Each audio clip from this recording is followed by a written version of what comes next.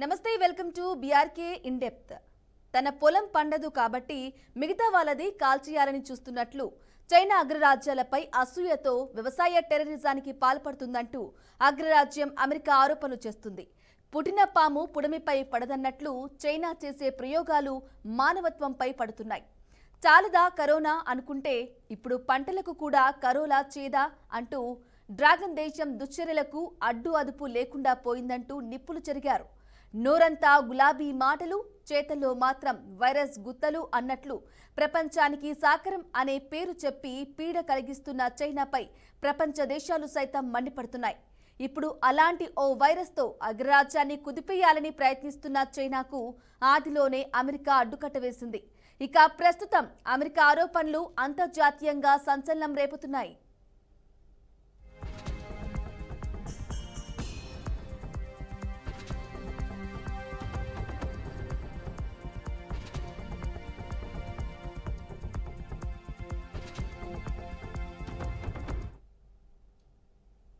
ఇక వ్యవసాయంపై వైరస్ దాడి చైనా నుంచి ముద్రించిన శిలీంధ్రాల కుట్ర బయటపడింది.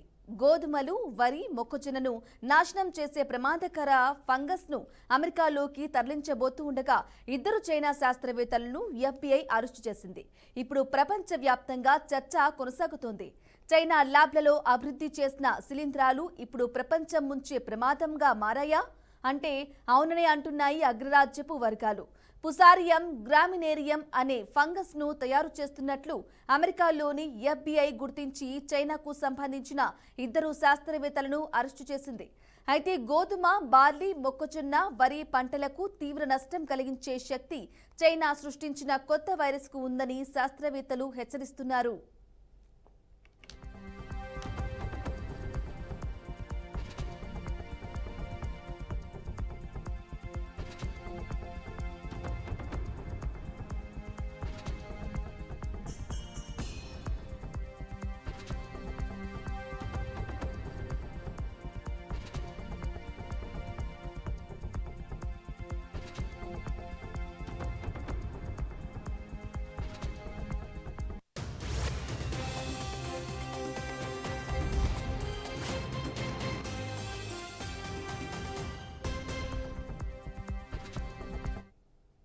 ఈ ఫంగస్ ను మిషిగన్ యూనివర్సిటీలో పరిశోధనల పేరిట తరలించే ప్రయత్నంలో ఉన్న ఇద్దరు చైనా శాస్త్రవేత్తలు యునింగ్ జియాన్, జియోన్యాంగ్ లియు అమెరికాలోని ఎయిర్పోర్ట్లలో FBIకి చిక్కారు.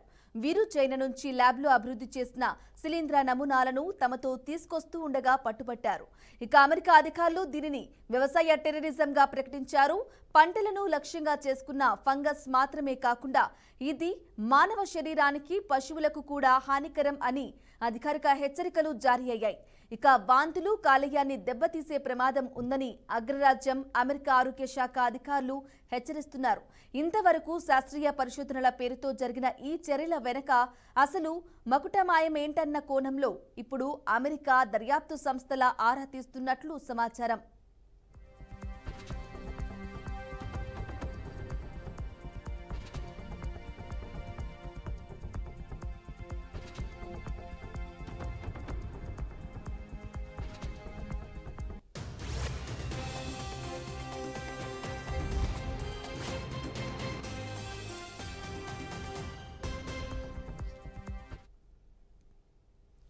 ఇక చేసిన తప్పును కప్పిపుచ్చుకోవాలని ఎప్పటికప్పుడు ఏదో ఒక సాకు చెప్పే చైనా తీరుపై అమెరికా చేసిన ఆరోపణలు ఇప్పుడు అంతర్జాతీయ రాజకీయాల్లో చర్చనీయాంశంగా మారాయి.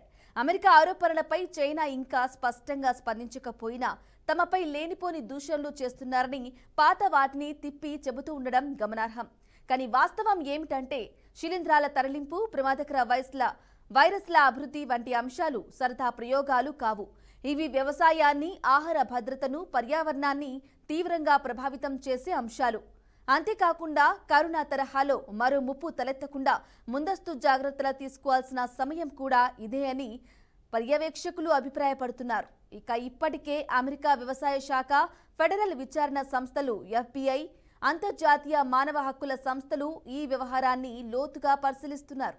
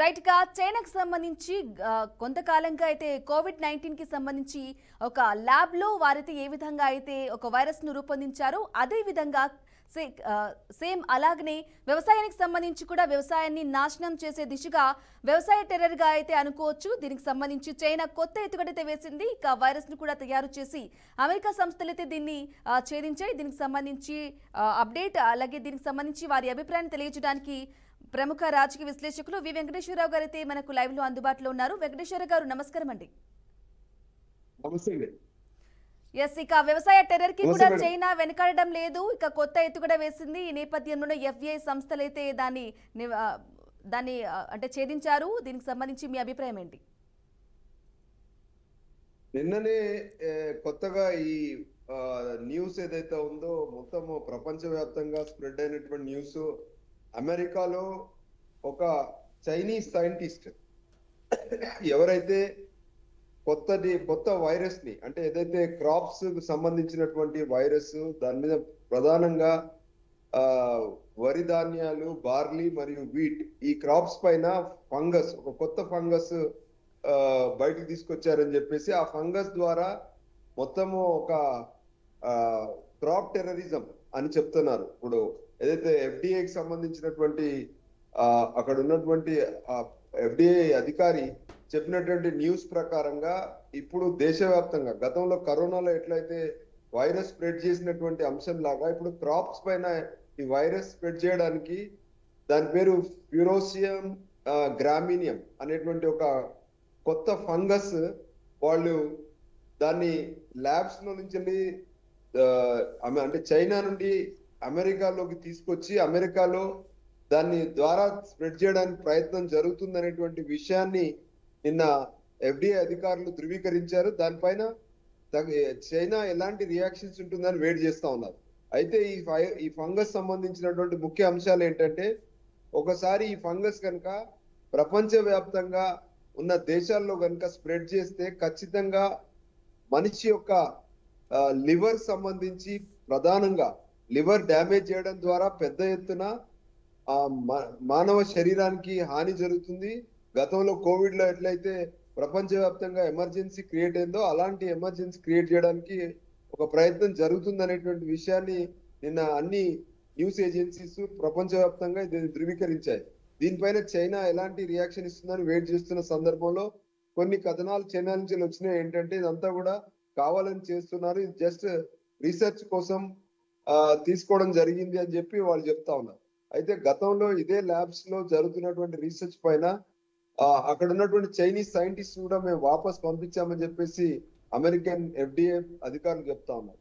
సో ఇవన్నిటి మూలాలు మనం ఆలోచిస్తే డెఫినెట్ గా మన ప్రపంచవ్యాప్తంగా సైన్స్ ద్వారా, అంటే ఈరోజు ఏదైతే టెక్నాలజీ ఉందో, ఏదైతే రీసెర్చ్ ఉందో, అది మానవ సంబంధమైనటువంటి మనుగడ కోసం మనుషులకు లాభం జరిగే విధంగా కన్నా నష్టం జరిగే విధంగా ఎక్కువగా దుర్వినియోగం జరుగుతుందని చెప్పుకోవడానికి ఇది మరొకసారి ఉదాహరణగా మనం చెప్పుకోవచ్చు.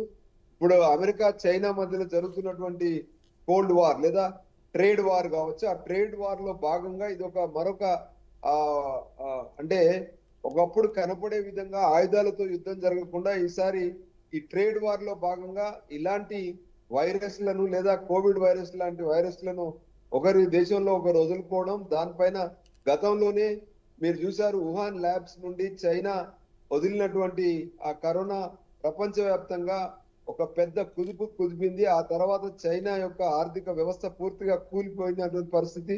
దాని విషయంలో అమెరికా చైనా మధ్యలో ఉన్నటువంటి ఆర్థిక సంబంధాలు చాలా బలహీనపడ్డటువంటి పరిస్థితి. వాళ్ళ మధ్యలో ట్రేడ్ వారే కాదు, ట్రేడ్ ఒక యుద్ధంతో పాటు పూర్తిగా విభేదాలన్నీ కూడా బహిర్గతం అయిన తర్వాత వాళ్ళు మిగతా దేశాల దిక్కు చూస్తున్నటువంటి పరిస్థితి మనం చూసాం. అంటే ఈ రోజు తాము ప్రపంచవ్యాప్తంగా చైనా మరియు అమెరికా వాళ్ళ యొక్క గుత్తాధిపత్యం కోసం వాళ్ళు అవలంబిస్తున్నటువంటి పద్ధతుల్లో భాగంగా ఒక పక్కన ఆయుధాలే కాదు, ఇంకో పక్కన ఇలాంటి వైరస్లు కూడా ఫంగస్ అని వాటిని వదలడం ద్వారా కూడా ప్రపంచంలో ఒక అనిశ్చితి, ఒక డిమాండ్ క్రియేట్ చేయడం ద్వారా ఈ రోజు వాళ్ళ యొక్క ఉత్పత్తులను అమ్ముకోవడం అనేటువంటి ఒక కొత్త స్ట్రాటజీకి తెరదీసిన పరిస్థితి ఇవాళ మనకు అర్థమవుతుంది. మొన్న కరోనా విషయంలో కూడా అదే జరిగింది.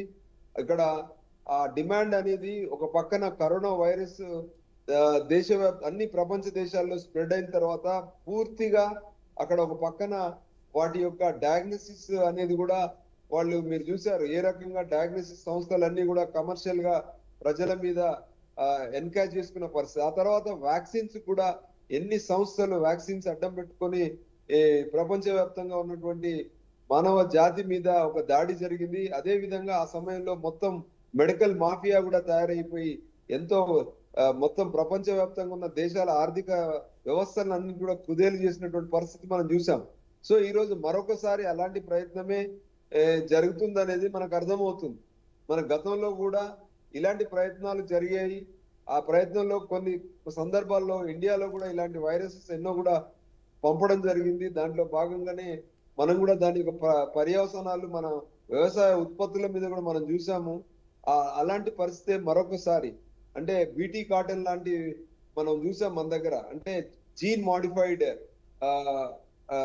సంబంధించి అంటే ఒక ఉత్పత్తి లేదా ఒక రైస్ కానీ ఒక వీట్ కానీ దాని యొక్క ఆహార ఉత్పత్తుల యొక్క విలువల్ని కోల్పోయి ప్రజలకు మరి హాని కలిగించే విధంగా ఎలా ఉంటుందని చెప్పడానికి ఇది ఒక ఉదాహరణగా మనం చూడొచ్చు. సో ఇలాంటిది మరొకసారి మన ముందు కనబడతా ఉంది.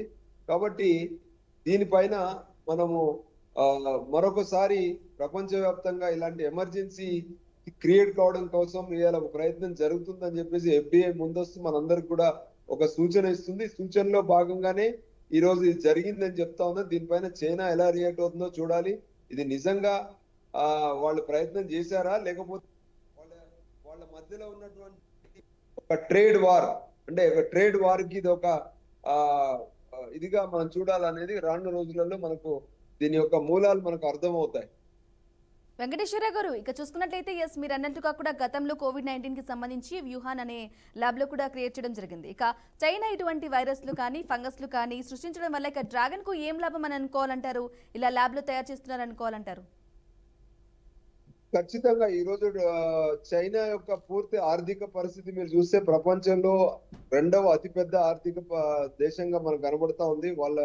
వాళ్ళు మొత్తం ప్రపంచవ్యాప్తంగా వాళ్ళు డెవలప్ చేసినటువంటి బిజినెస్ మాడ్యూల్ చూస్తే పూర్తిగా వాళ్ళ ఉత్పత్తులన్నీ కూడా చాలా ఉత్పత్తులు ఇవాళ అమెరికాకు కానీ మిగతా దేశాలు కానీ ప్రపంచం అంతా కూడా వాళ్ళు ఐటీ ఉత్పత్తులతో పాటు అగ్రికల్చర్ ఉత్పత్తుల్లో కూడా ఎన్నో రంగాల్లో వాళ్ళు గుత్వాధిపత్యాన్ని సాధించారు. దానికి మూలం ఏంటంటే డిమాండ్ ఉన్నా లేకున్నా ఉత్పత్తులను అమ్ముకోవడం అనేటువంటి ఒక కొత్త విధానానికి తెరదీసిన పరిస్థితి ఈ రోజు.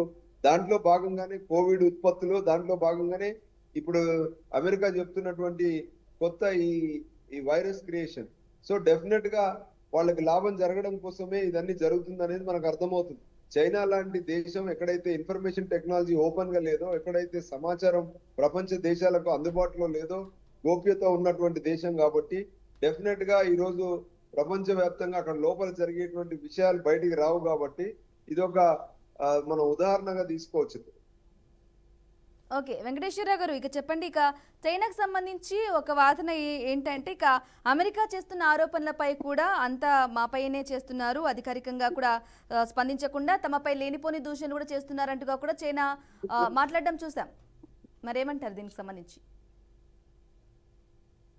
ఇప్పుడు వాళ్ళ మధ్యలో ఉన్నటువంటి విభేదాలకు ఒక తారస్థాయి మన దగ్గర రాజకీయ నాయకులు ఏ రకంగా అయితే ఈ రోజు వ్యవహరిస్తున్నారో, అధికారంలో ఉన్న పార్టీ అపోజిషన్ పార్టీ అసలుగా ఎవరిని నమ్మాలి ఎవరిని నమ్మొద్దు అనేటువంటి ఒక భయానకరమైన పరిస్థితిలో రోజు మనం రాజకీయ వార్తలు ఎలా వింటామో అదే పరిస్థితిలో ఇవాళ మనం కూడా ఈ చైనా అమెరికా మధ్యలో జరిగే సంఘటనలు చూడాలి. డెఫినెట్ గా ఇది ఒక మానవాళికి ఇదంతా కూడా ఒక అలర్ట్ సిగ్నల్ గా మనం చూడాలి. డెఫినెట్ గా దీని మీద మన ప్రభుత్వాలు కూడా అలర్ట్ అయి ఉంటే మంచిది. ఓకే, అలాగే ఇక ప్రపంచ దేశాల ముందు చైనాకు సంబంధించి చైనాను ఒంటరి చేయలేమంటారా ఇటువంటి వైరస్లు ఫంగస్లు తయారు చేస్తున్నప్పుడు? ఖచ్చితంగా ఇప్పుడు ఇలాంటి ట్రేడ్ సంబంధమైన అంటే గతంలో యుద్ధాలు అంటే మీకు ఆయుధాలతో జరిగేది. ఇప్పుడు ఆయుధంతో యుద్ధం కాదు, ఇప్పుడు ట్రేడ్ వార్ అంటారు. అంటే ఒకరి ఆర్థిక మూలాలను ఇంకొకరు దెబ్బకొట్టడం ద్వారా గుత్తాధిపత్యము వహించాలనేటువంటి కొత్త విధానానికి తెరదీసినటువంటి పరిస్థితి ఇలా ఈ అమెరికా ఇండియా మధ్యలో జరుగుతుంది. ఆ విధానంలో భాగంగానే ఈ రోజు మనం ఇవన్నీ చూస్తా ఉన్నాం. సో డెఫినెట్ గా దీన్ని ఆ కోణంలో చూడాల్సినటువంటి బాధ్యత, చూడాల్సినటువంటి అవసరం ఇప్పుడు ఏర్పడిందని చెప్పుకోవచ్చు. ఎస్, ఇక FBI వాళ్ళైతే ఇక పట్టుకోవడం జరిగింది. ఇక అమెరికా కూడా దాన్ని చెప్పడం జరిగింది. ఈ నేపథ్యంలోనే ఇక ఈ ఫంగస్ ను, ఈ వైరస్లను కూడా ఎటువంటి అంటే ఇంకా ఎక్కడ ప్రయోగించలేదు అని అనుకోవాలంటారా, లేదంటే ఎటువంటి మానవత చెప్పలేము ఇప్పటికీ, మనం ఇప్పుడే చెప్పలేము. ఎందుకంటే ఆల్రెడీ ఈ ఒక్క రంగం అని కాదు, మిగతా ఎన్నో రంగాల్లో మిగతా ఇది మనకు వాళ్ళ మధ్యలో విభేదాలు ఉన్నాయి కాబట్టి బయటకు వచ్చింది. లేకపోతే అక్కడ ఇప్పటికే ఎన్ని రంగాల్లో ఈ వైరస్లు ఆల్రెడీ మార్కెట్ లో ఉన్నాయో మనకు తెలియదు. ఎందుకంటే అక్కడ దాన్ని కనిపెట్టడానికి కావాల్సినటువంటి టెక్నాలజీ మన దగ్గర లేదు. అది చైనా అమెరికా మధ్యలోనే కొంతకాలము కంబైన్డ్ గా జరిగినటువంటి వాళ్ళ యొక్క రీసెర్చ్ లో భాగంగా వాళ్ళకి విభేదాలు వచ్చిన తర్వాత ఇది బయటకు వస్తుంది. లేకపోతే ఇప్పటికి కూడా అది బయటకు వచ్చే అవకాశం లేదని మాత్రం నేను భావిస్తా ఉన్నాను. అయితే వెంకటేశ్వర గారు, ఇక ప్రపంచ దేశాల ముందు ఆధిపత్యాన్ని చెలాయించడం కోసం ఇలా క్రూరత్వంగా డ్రాగన్ ఆలోచిస్తుంది అనుకోవాలంటారా? మేడం మళ్ళీ చెప్పండి. ప్రపంచ దేశాల ముందు కూడా తన ఆధిపత్యాన్ని చెలాయించడం కోసం ఇటువంటి క్రూరంగా అంటే వైరస్లు, ఫంగస్లు సృష్టించడం, ఇలా ఆధిపత్యం కోసం అయితే క్రూరత్వంగా ఆలోచిస్తుంది అనుకోవాలంటారా? ఇప్పుడు ఎప్పుడైతే అమెరికా తమ యొక్క రిటాలియేషన్ ట్యాక్స్ ట్రంప్ గారు విధించిన తర్వాత చైనాలో ఒక పెద్ద రెసిషన్ స్టార్ట్ అయింది. ఆ రెసిషన్ లో భాగంగా ఉత్పత్తులన్నీ కూడా, ఎక్స్పోర్ట్స్ అన్ని ఆగిపోయినాయి. ఆ ఆగిపోయిన ఎక్స్పోర్ట్స్ కి మళ్ళీ ఊతమిచ్చే విధంగా, మళ్ళీ వాళ్ళ డిమాండ్ క్రియేట్ అయ్యే విధంగా వాళ్ళు కొన్ని ప్రయత్నాలు డెఫినెట్ గా చేస్తారు. గతంలో చేశారు, దాని ద్వారా లాభపడ్డారు. ఇప్పుడు అదే ప్రయత్నం చేసే ప్రయత్నంలో పోటీ వచ్చింది కాబట్టి బహిర్గతం అవుతుంది. లేకపోతే మనకు అవసరం లేదు. ఇప్పుడు ఉన్నటువంటి ఆర్థిక విధానంలో, ప్రపంచ ఆర్థిక విధానంలో మనిషికి అవసరం లేకున్నా కూడా ఉత్పత్తులను వాడుకోవడం కోసం మనిషిని అంటే మనిషి ఒక కమాడిటీగా మారిపోయాడు ఉత్పత్తులు ఉపయోగించుకోవడానికి. ఆ స్థితిలో ఇవాళ ప్రభుత్వాలు నడుపుకుంటున్న పరిస్థితి క్రియేట్ చేయడానికి మూలం అమెరికా, చైనానే కాబట్టి వాళ్ళ మధ్యలో విభేదాలు వచ్చాయి కాబట్టి ఇవన్నీ బయటకు వస్తున్నాయి. ఓకే వెంకటేశ్వరరావు గారు, ఇక చెప్పండి, ఇక చైనాకు సంబంధించి ఏ విధంగా సమర్థించుకుంటుంది అనుకోవాలంటారు ఈ విషయం గనక ఒకవేళ అమెరికా గనక ప్రశ్నించినప్పుడు? అంటే ఇప్పుడు చైనా ఆల్రెడీ చెప్తుంది ఏంటంటే, మేము రీసెర్చ్ లో భాగంగా దీన్ని చేస్తున్నాం తప్పితే మేము స్ప్రెడ్ చేయడానికి కాదని చెప్తా ఉన్నారు. కానీ ఇంత బయటకు వచ్చిందంటే దాంట్లో ఎంతో కొంత కారణాలు లేకుండా, FDAకి దానికి ఆధారాలు లేకుండా చెప్పదు కదా. సో గతంలో వీళ్ళు చేసినటువంటి ఈ మానవ వ్యతిరేక పనులన్నీ కూడా ఇప్పుడు ఒక్కొక్కటి బహిర్గతం అవుతుందని మనకు అర్థమవుతుంది. ఓకే, అలాగే ఇక అమెరికాకు సంబంధించి FBI వాళ్ళైతే పట్టుకోవడం జరిగింది.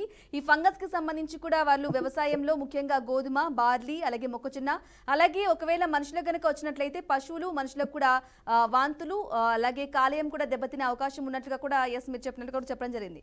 మరి అమెరికా డ్రాగన్ కి సంబంధించి ఈ అంటే వ్యవసాయానికి, టెర్రర్ కి సంబంధించి అమెరికా ఏ నిర్ణయం తీసుకోబోతుంది అనుకోవాలంటారు? ఖచ్చితంగా ఇప్పుడు మనలాంటి అభివృద్ధి చెందుతున్న దేశాలు, అభివృద్ధి చెందని దేశాలకి వాళ్ళు గుత్తాధిపత్యం కోసం ఇలాంటి, అంటే గతంలో లాగా ఆయుధాలు అమ్ముకునే ఒక వైపు ఆయుధాలు అమ్ముకొని వాళ్ళు గుత్తాధిపత్యం సాటిస్తూ, ఒక పక్కన టెర్రరిజాన్ని పెంచి పోషిస్తూ ఆ టెర్రరిజం కు డబ్బులు ఇస్తున్నారు. ఇంకొక పక్కన ఆర్థికంగా బలపడాల్సిన దేశాలకి వాళ్ళ ఉత్పత్తులు అమ్ముకొని కూడా వీళ్ళు గుత్తాధిపత్యాన్ని అంటే వాళ్ళు చాటుకుంటున్నారు. అదే విధంగా ఈరోజు ఈ వ్యవసాయ ఉత్పత్తుల్లో కానీ, మెడికల్ ఫీల్డ్ లో కానీ వాళ్ళు అదే రకమైనటువంటి ధోరణి వ్యవహరిస్తున్నారు. కాబట్టి వాళ్ళు కొత్త ఏం కాదు, ఇది మనకి ఇది వార్తలాగా బయటకు వచ్చింది. వాళ్ళు ఏదో విభేదాలు ఉన్నాయి బయటకు వచ్చింది కాబట్టి మనం ఇప్పుడు మాట్లాడుకుంటున్నాం. కానీ ఇది అనునిత్యము గత 2-3 దశాబ్దాల నుండి వాళ్ళు ఇలాంటి విషయాలతోనే వాళ్ళు మనుగడ, వాళ్ళ యొక్క డెవలప్మెంట్ ఉందని మనకు అర్థమవుతుంది క్లియర్ గా. ఎస్ వెంకటేశ్వర్ గారు, ఇక డ్రాగన్ కి సంబంధించి వారి బుద్ధి ఎప్పటికప్పుడు బయటపడుతున్న వంకర బుద్ధి, మళ్ళీ ఇటువంటి ఫంగస్లు, వైరస్లు ల్యాబ్లలో ఇలానే తయారు చేయరు అని అంటే ఏ విధంగా అనుకోవాలంటారు? ఖచ్చితంగా అండి. ఈరోజు ఇప్పుడు బాధ్యతాయుతమైనటువంటి, ఇప్పుడు ప్రపంచంలో టెక్నాలజీని దుర్వినియోగం చేయడం, ప్రపంచంలో కొత్త ఆవిష్కరణలను, రీసెర్చ్ ను దుర్వినియోగం చేయడం ద్వారా గుత్తాధిపత్యాన్ని సాధించేటువంటి ఒక పిపాసతో ఉన్నటువంటి దేశాలు చేసేటువంటి పనులు ఇవన్నీ. సో దాని యొక్క ఫలితాలను కొద్దిమంది కార్పొరేట్ సంస్థలు అనుభవిస్తున్నాయి. మీరు డ్యూపాన్ ల్యాబ్స్ ఈరోజు ప్రపంచవ్యాప్తంగా ఉన్నటువంటి పెద్ద పెద్ద మల్టీనేషనల్ కంపెనీస్ వాళ్ళ యొక్క గుత్తాధిపత్యం కోసం ఇలాంటి ఇప్పుడు ఏదైతే సాఫ్ట్వేర్ లో కూడా మనం చూసాం. స్వయానా ఇప్పుడు మనకి సాఫ్ట్వేర్ దిగ్గజము తనే ఈరోజు ఏం చెప్తున్నాడంటే మనకు ట్యాంపరింగ్ జరుగుతుంది ఈవీఎంలు అని చెప్తా ఉన్నారు ఎలాన్ మాస్క్. మరి అలాంటి దిగ్గజాలే ఈరోజు ఓపెన్ గా బయటికి చెప్తున్న పరిస్థితి అది ఈ రోజు బహిర్గతమైంది. కానీ ఎంతో కాలం జరుగుతుంది కదా, అదే పరిస్థితి ఈ రోజు మిగతా రంగాల్లో కూడా బహిర్గతం అవుతుంది వాళ్ళు చేసే దుర్మార్గాలు. ఇక చైనాను ఈ వైరస్ల నుంచి అంటే వైరస్ల చైనాను అని చెప్పుకోవచ్చు పేరు కూడా. ఈ వైరస్ల చైనాను ఏ విధంగా దూరం చేయాలంటారు? ఫైనల్ గా చివరిగా ఏమంటారు? చైనాను ఈ వైరస్ నుండి దూరం చేయడం కాదండి. చైనాలో ఈ రోజు ఇది ఏంటంటే ఇది ఒక మీరు అవునన్నా కాదన్నా ఇదంతా కూడా వాళ్ళు చేస్తున్నటువంటి ఈ తప్పుడు బిజినెస్ ని వాళ్ళ పోటీ రావడం వల్ల ఒకరి మీద ఒకరు బహిర్గతం చేసుకొని ఒకరిని కించపరచుకోవడానికి ఇంకొకరు చేస్తున్న ప్రయత్నంలో భాగంగా వాస్తవాలు బయటకు వస్తున్నాయి. కాబట్టి డెఫినెట్ గా చైనా మీద ఇది వాళ్ళు అమెరికన్స్ ఒక గుత్తాధిపత్యం కోసం చేసే ప్రయత్నంగానే చూడాలి. ఓకే, రైట్ వెంకటేశ్వర గారు, థ్యాంక్ యూ అండి మీ అభిప్రాయాన్ని తెలియజేసినందుకు. Thank you.